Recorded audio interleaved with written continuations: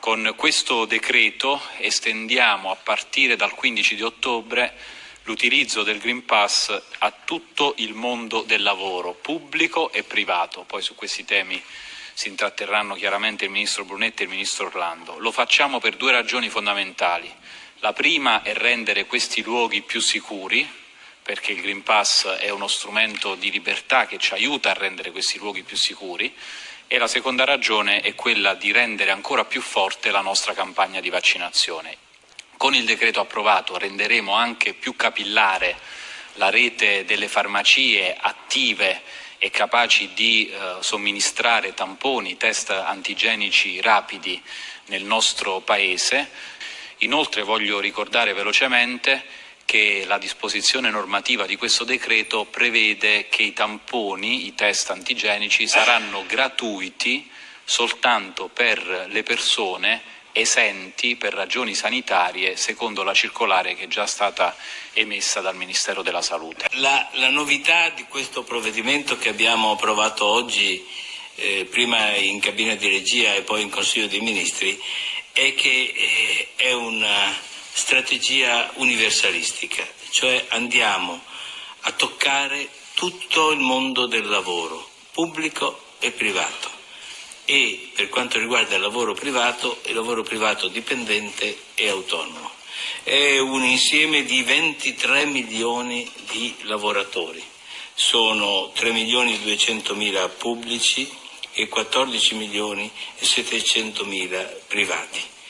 E quindi tutto il capitale umano del Paese. Capitale umano del Paese che, occorre dirlo, in gran parte è già vaccinato, è già dotato di Green Pass.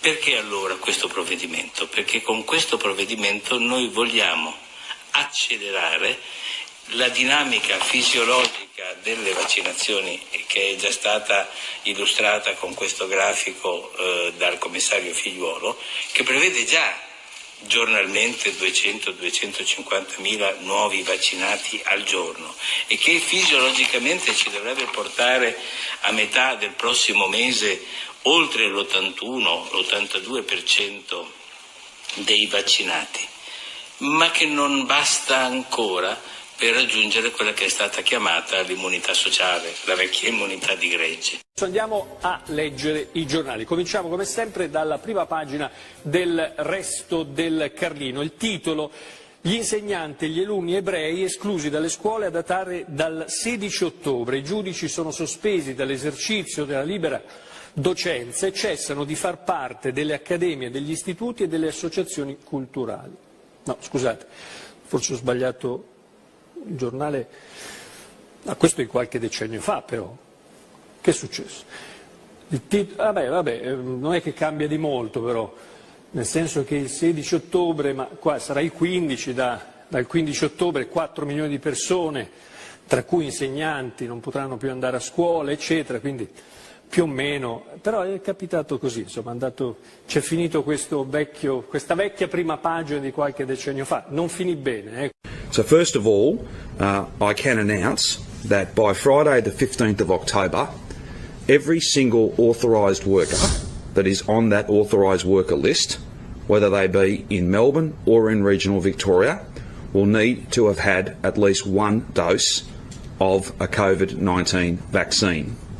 That is, if they want to continue working. If there's people that don't want this mandatory vaccine, how do we manage this? Well, then they won't be going to work.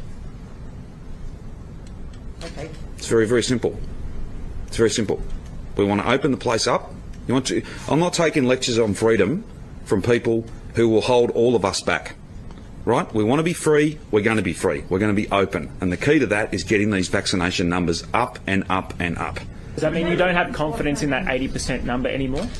No, not at all. We've just got to get as many people vaccinated as possible, and it's not about the ultimate number. But will there be exemptions? I know you've just said there's a lot of... No, there'll be detailed consultations, and I'm not looking to exempt anyone. I think I'm in the business of encouraging, and where necessary, through orders signed by the Chief Health Officer, mandating people getting vaccinated where they pose a significant risk.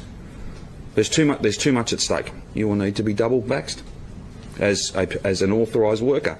Even when after we get to 80% and the authorisations are no longer there, the mandate, the rule, the Chief Health Officer direction will stay in place, because cases will still be an issue then. But no, that's not the case. We're going to have a vaccinated economy and we're going to lock some people out, because that is far better than locking everybody down.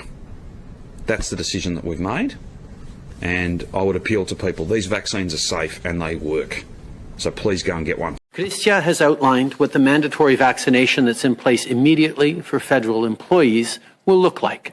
The bottom line, proof of vaccination will be required by no later than the end of this month for all federal employees.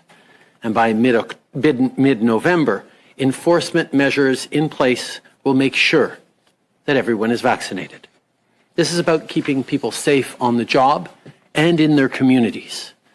And the same goes for the second commitment we made, mandatory vaccination on travel.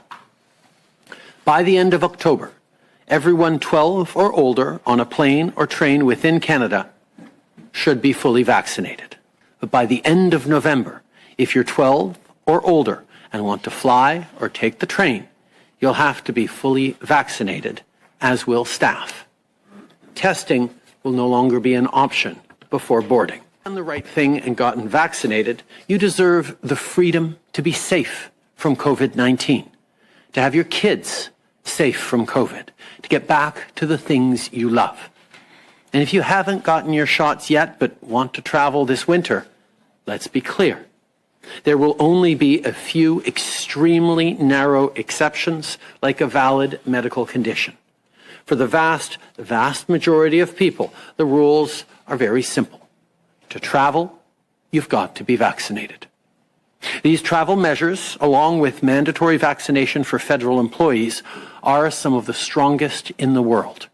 Because when it comes to keeping you and your family safe, when it comes to avoiding lockdowns for everyone, this is no time for half measures.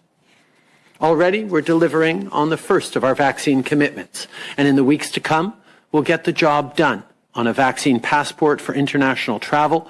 We'll be there to foot the bill for provinces and territories that roll out proof of vaccination programs, and we'll introduce legislation to make it a criminal offense to threaten or harass healthcare workers. Il Green Pass non è lo strumento che oggi non ci permette di andare al cinema, di andare in pizzeria, eccetera, eccetera. Il Green Pass è destinato ed è inteso a diventare lo strumento permanente di controllo sanitario. Quindi bisognerà sempre continuamente aggiornarlo, e tutti i diritti che vengono negati a chi oggi non ha il Green Pass verranno negati in eterno. Qui si arriva molto presto a fare una segregazione permanente nella società fra quelli che hanno deciso di accettare le vaccinazioni e quelli che non le vogliono accettare. Avendo capito che quelli che non le vogliono accettare non c'è niente da fare, si vuole arrivare a rendergli la vita impossibile perennemente, non solo fino al 31 dicembre. Il Green Pass diventerà permanente, vi dico anche come si chiamerà passaporto vaccinale, perché sta già scritto nei programmi dell'Unione Europea del 2018. Quindi attenzione, perché tutte le restrizioni che noi riusciamo a mandare giù adesso, noi no, ma gli italiani mandano giù adesso, rischiano di restare per sempre, perché il Green Pass è destinato a rimanere per sempre. Io non so se si possa dirlo in modo più chiaro di così. Roberto, se vuoi provarci tu. Beh, io posso rincarare la dose, in realtà sei col solito ottimista, perché è molto peggio di così, perché il Green Pass in realtà è lo strumento con il quale il potere in futuro sarà in grado di escludere chiunque essi vogliano dalla vita civile, e non solo in base a criteri vaccinali o non vaccinali, perché nel momento in cui si è instaurato un sistema totalmente digitalizzato di accesso ai luoghi e ai servizi da parte di ciascun cittadino, in pratica quando ciascuno sarà marchiato come una volta marchiavano le persone qui sul braccio, e avrà questo marchio ovunque esso entra, verrà rivelato dai sensori, basterà un niente per un dissidente, una persona che rompe un po' le scatole, una persona che va disabilitare il suo accesso ai servizi, e in futuro, in prospettiva, anche al denaro, quando il denaro fosse digitalizzato centralmente appunto dagli stessi. Quindi è uno scenario da Minority Report, che è molto peggio cioè si inizia con il pretesto sanitario, questo è un grande teatro sanitario, ma poi alla fine si va al totale controllo della popolazione tramite appunto un sistema di digitalizzazione dell'accesso delle persone ai servizi. No? Basterà schioccare le dita dall'alto e una persona non potrà più entrare su un autobus, non potrà più entrare su un treno, non potrà più entrare sul ristorante, non potrà più spendere i suoi soldi e quindi verrà praticamente tradotta immediatamente in un paria, proprio come in Minority Report. Questo è l'obiettivo di lungo termine, questo è il motivo per cui adesso noi dobbiamo tutti resistere contro questo trend, perché la narrazione adesso è sanitaria, ma l'obiettivo è molto peggio di questo.